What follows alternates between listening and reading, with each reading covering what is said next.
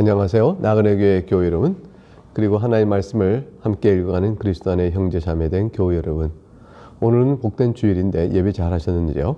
하나님께 예배드리고 또 이 시간에 내일 여러분과 함께 나눠볼 말씀을 살펴보고 있습니다. 우리가 살펴볼 말씀은 시편 78편입니다. 시편 78편이 매우 길므로 오늘과 내일 이틀에 두 번에 걸쳐서 내용을 살펴보도록 하겠습니다. 78편은 시인이 지혜자요 선지자가 되어져서 이스라엘 백성을 전체 한데 모으고 그들로 하여금 우리가 지금 하나님 앞에서 어떻게 서 있느냐, 하나님께서 우리를 어떻게 인도하셨고 우리는 그때 어떻게 반응해 왔으며 그래야 지금 우리 어떻게 서 있는 것인가, 이런 것들을 한번 생각하게 만들고 교훈을 주게 됩니다. 그럴 때 이제 두 개의 중심 지파가 나오는데, 먼저는 에브라임 지파가 나오고 뒤에는 유다 지파가 나와요. 그래서 에브라임 지파 때에 이스라엘이 행했었던, 그들의 리더십 안에 행했던 이스라엘의 전체적인 하나님 앞에서의 불순종의 역사를 경계의 교훈으로 삼고, 그 후에 유다 지파 때에 들어서서 하나님 앞에 그들이 어떻게 선하게 서 있는지 모습을 대조하여 보여주므로 이스라엘 전체가 하나님 앞에서 어떻게 서 가야 되는 것이냐 하는 것을 교훈하는 그런 시편과 같다, 이렇게 볼 수가 있습니다. 1절을 보겠습니다. 내 백성이여 내 율법을 들으며 내 입의 말에 귀를 기울여라. 여기서 내 백성이여 부르신 자는 시인입니다. 그러니까 시인이 지금 자기가 지혜자가 돼서 모든 백성 불러 모으는 거예요. 나의 이스라엘 백성들이여, 그 말이죠. 그리고 내 율법에서 내가 여러분에게 가르치는 말, 그 뜻이에요. 하나님 선포하신 율법이라는 것이 아니고 내 율법. 그럼 하나님께서 가르친 말을 자기가 받아서 전할 때 내가 여러분에게 전하여 행할 것을 말씀하는 나의 가르침, 그것을 가르쳐서 이제 내 율법이라는 것이죠. 그러니까 자신은 전달자에 불과하지만 그렇게 표현하고 있는 것입니다. 그리고 내 입의 말에 귀를 기울일자다. 자, 내가 여러분에게 뭔가를 말하겠어. 내가 입을 열어 비유로 말할지는데, 이 비유로 말하는 것은 내가 입을 열어 여러분이 꼭 알아야 될 여러 가지 내용들이 담겨 있는 설명해서 풀어줘야 할 말들, 그런 것들을 말할 터인데, 그런 뜻이죠. 예로부터 이것은 오랫동안 우리에게 알려지지 않았던 것입니다. 감춰졌던 것을 드러내려 합니다.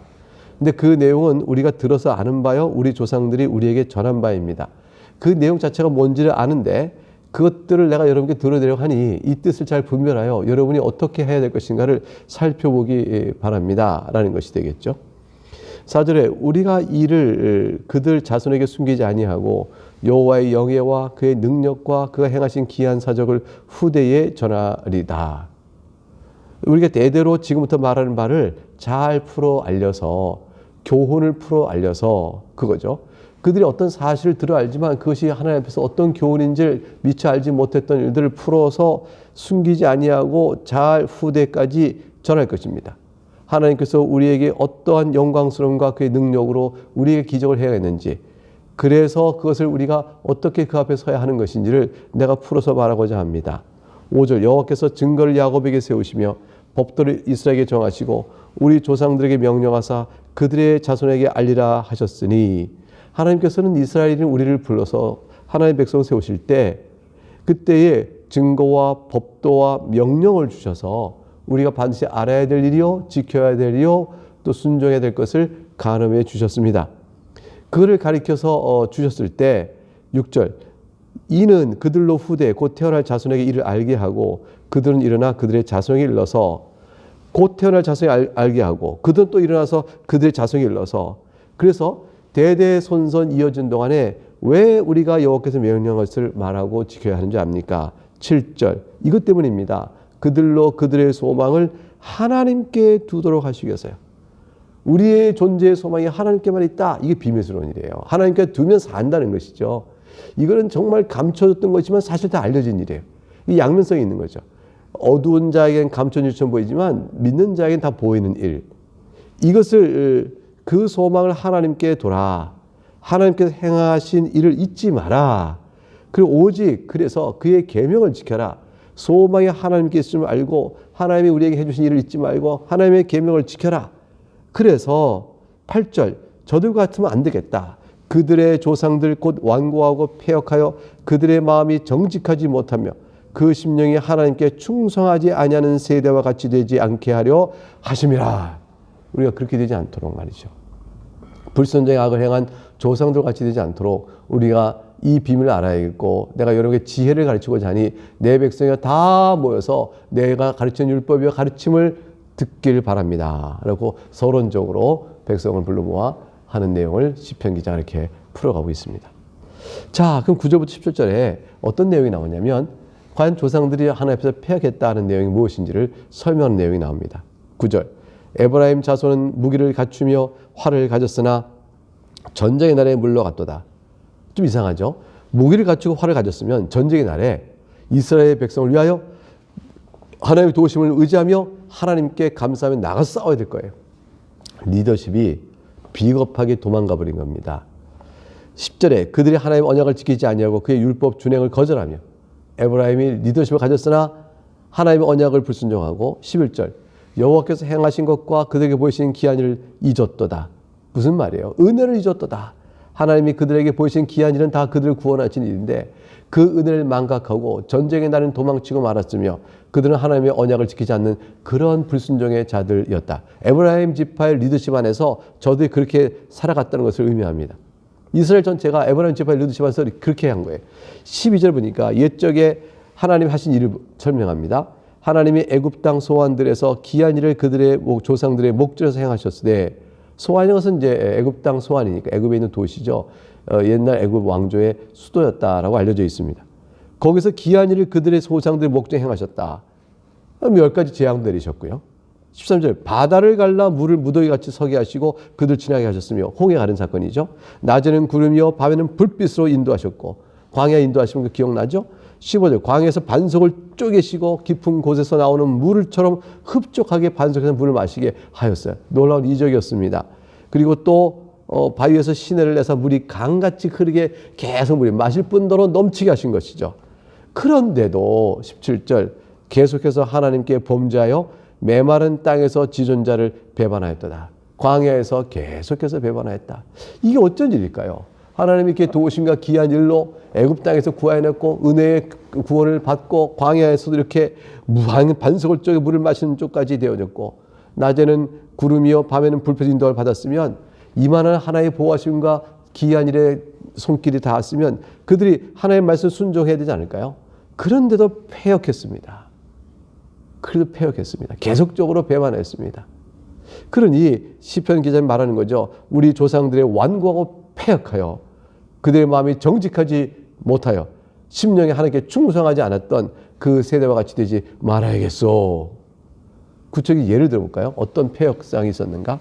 8절부터 18절부터 31절까지 내용이 그 패역상을 설명합니다. 몇 가지 사건으로 대표적으로 뽑아서 말씀합니다. 18절, 그들이 그들의 탐욕대로 음식을 구하여 그들의 심중에 하나님을 시험하였습니다. 음식에 탐욕이 있고 불평이 나오기 시작한 거죠. 탐욕은 불평을 낳고 하나님을 시험합니다. 19절, 그뿐 아니라 하나님을 대적합니다. 말하기를 하나님이 광야에서 식탁을 베풀 수 있으랴. 우리 여기까지 데려왔는데 우리가 뭔가 이게 자신들이 구원받은 하나님의 은혜에 대한 깊은 뜻과 인도하심에 대한 선한 뜻을 새하려 지혜로 인도하실 것을 믿고 인내로 기다리며 하나님 베푸실 약속의 땅 가나안 땅에 갈 때까지 참아내지 못하면서 광야에서 베풀 식탁이 어디냐고 불평했습니다. 식탁이 어디냐 하는 말이니까 먹을 것이 뭐 있냐는 거겠죠. 20절, 보라 그가 반석을 쳐서 물을 내시니 시내가 넘쳤으나, 시내가 넘쳤어요. 그러면 하나님의 노릇의 능력을 보고 잠잠히 기다려야 될 거 아니겠습니까? 근데 그가 능히 떡도 주시며 자기 백성을 위하여 고기도 예비하시라 하였도다. 저희들이 떡이 없다 불평했고 이제는 고기가 없다 불평한 것입니다. 21절, 그러므로 하나님께서 여호와께서 듣고 노하셨으며 야곱에게 불같이 노하셨고 또한 이스라엘에게 진노가 불타올랐으니 하나님께서 무척 이스라엘의 악함을 놓고 진노하시는 것이죠. 22절, 까닭이 이것이죠. 저들의 그 불평은 하나님을 믿지 아니한 겁니다. 그의 구원을 의지하지 아니한 것이죠. 자신의 탐욕에 따라 즉각적인 만족을 구한 것이지 하나님의 지혜로운 뜻과 권능으로 이루실 하나님의 능력을 믿고 하나님의 구원을 의지하는 믿음의 내용이 없었던 것이에요.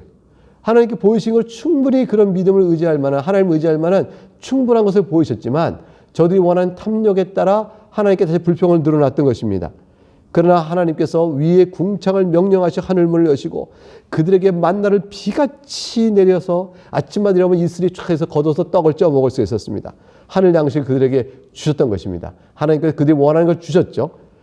25절 사람이 힘센 자의 떡을 먹었으며 그가 음식을 그들에게 충족히 주셨도다. 뿐만 아니라 고기가 없다 탓하니까 불평하니까 26절에 그가 동풍을 하늘에서 일게 하시며 그의 권능으로 남풍을 인도하시고 먼지처럼 많은 고기를 비같이 내리게 하시고 나는 새를 바다의 모래같이 내리셨도다. 메추라기를 확 불어모으신 거죠. 동풍으로. 그래서 두두두두 떨어지게 했습니다. 그가 그것들을 그들의 진중에 떨어지게 하사 그들의 거처에 두르셨으므로 그들이 먹고 심히 배불렀나니 하나님이 그들의 원대로 그들에게 주셨도다. 자, 그들의 탐욕이 만족되어졌습니다. 떡도 먹었고요. 고기도 먹었습니다. 반석에서 물이 나옵니다. 물이 넘쳐 시내가 되었습니다. 불기둥, 구름기둥 밤낮으로 하나님이 인도하십니다. 홍해도 걸었던 자들입니다. 이만하면 그들은 하나님을 의지하고 하나님의 구원을 의지하고 바라보면서 하나님께서 행하시는 뜻들을 분별하여 그들이 하나님 그들에게 명하신 일들을 순종하고 지켜 인내로 나가야 되지 않을까요? 과연 약속을 주셨으니 가나안 땅에서 이루실 그날에 하나님의 복됨을 바라보면서 말이죠. 그러나 30절 그들이 그들의 욕심을 버리지 아니하여 그들의 먹을 것이 아직 그들의 입에 있을 때 욕심을 여전히 버리지 아니하였습니다. 여전히 버리지 않았다는 것은 여전히 탐욕이 있었고 여전히 불평 불만이 가득 찼다는 것이죠.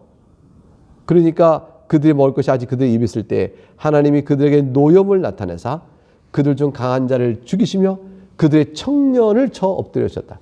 그 하나님께서 그들의 기력을 약화시킨 거죠. 청년이라도 하나님께서 쳐서 엎드려뜨리셨습니다. 그러면 아차차차 우리가 이렇게 하나님께서 모든 걸 베풀었으나 우리가 하나님께 탐욕을 부려 이렇게 여전히 불평과 불만했으니 면목이 없구나. 하나님 우리가 잘못했습니다. 회개합니다 하고 그들이 엎드리면 살지 않겠어요? 근데 32절 30절에 가보면 오늘 본문의 마지막에 내용의 핵심이죠. 그럼에도 불구하고 이러함에도 그들이 범죄를 여전히 행했다는 것입니다. 그의 기한 일들을 믿지 아니하였다 이렇게 되어 있어요. 아, 이게 믿음일까요? 사랑하는 교우 여러분, 우리도 이제 하나님의 은혜를 받아가며 삽니다. 지금까지 산 것도 하나님의 보호하심과 사랑 가운데 살아온 거죠. 사실 우리가 열심히 노동하고 살지만 그 노동의 결실은 하나님의 도우심과 보호함이 없으면 우리가 거두지 못합니다. 그리고 우리 영적 생명을 생각해 볼까요? 하나님께서 우리를 그냥 버려두셨으면 우리 마음에 부패한 생각이 오늘 주 앞에 나가는 이런 건전한 믿음과 또 견고한 믿음과 확신과 또 회개와 감사와 찬송과 용서, 기쁨, 구원, 이런 영광 또 거룩함 이런 걸 우리가 찾아나가고 찬송할 수 있을까요? 모든 것이 불가능하죠. 영적인 우리 안에 주어진 생명의 기운과 활력은 다 성령 하나님께서 인도하신 것이니 하나님이 하신 일이란 말이죠. 우리 자신의 능력이 아니에요. 우리를 버려뒀으면 우리 끝이에요. 그런데 저들은 여전히 범죄에 그의 기한 일을 믿지 아니했다.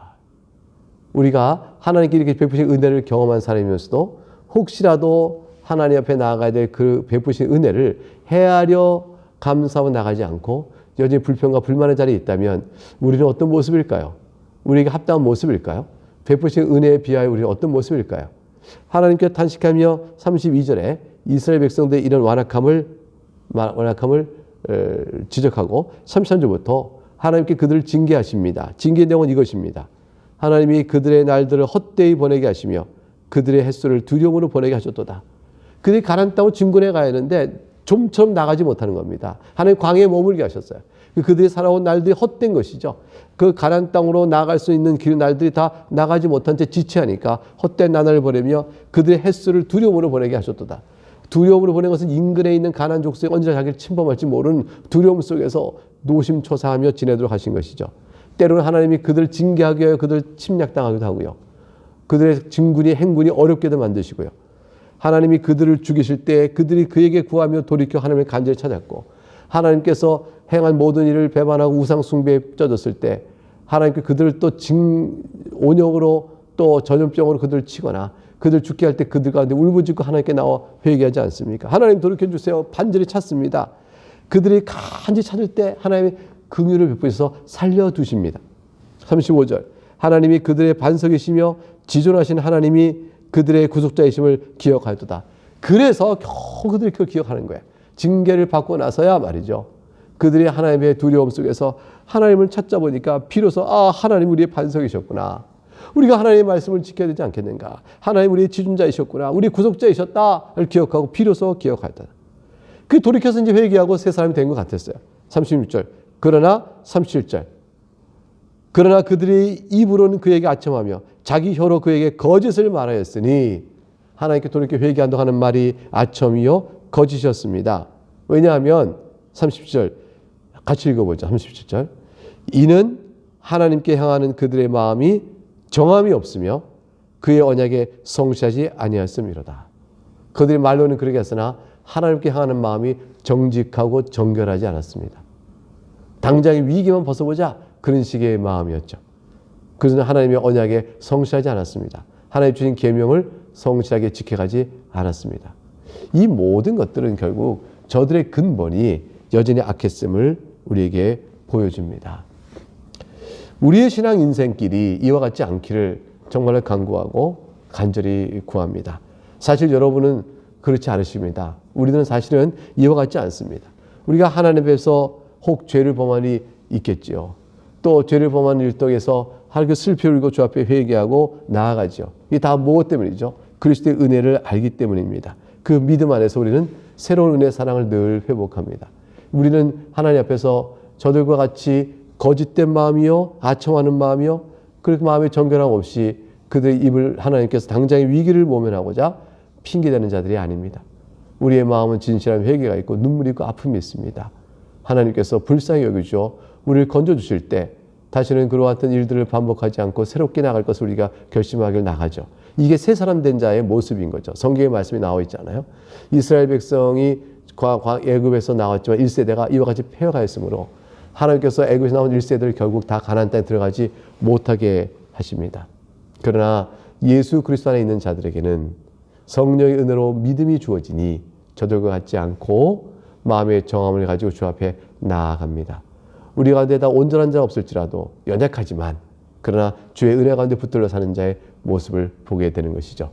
자, 우리는 이제 내일 여기까지 있고요. 나머지 38절 이하부터 계속해서 이스라엘의 악한 모습이 어떤 것이었는지 그러나 하나님께서 그것을 대체하여 또 어떠한 지파, 유다 지파를 들어서 어떻게 하나님 앞에 서도록 하는 모습을 보여서 이스라엘을 향한 구원의 손길을 또 베풀어 가시는지 그 내용을 내일 또 살펴보도록 하겠습니다.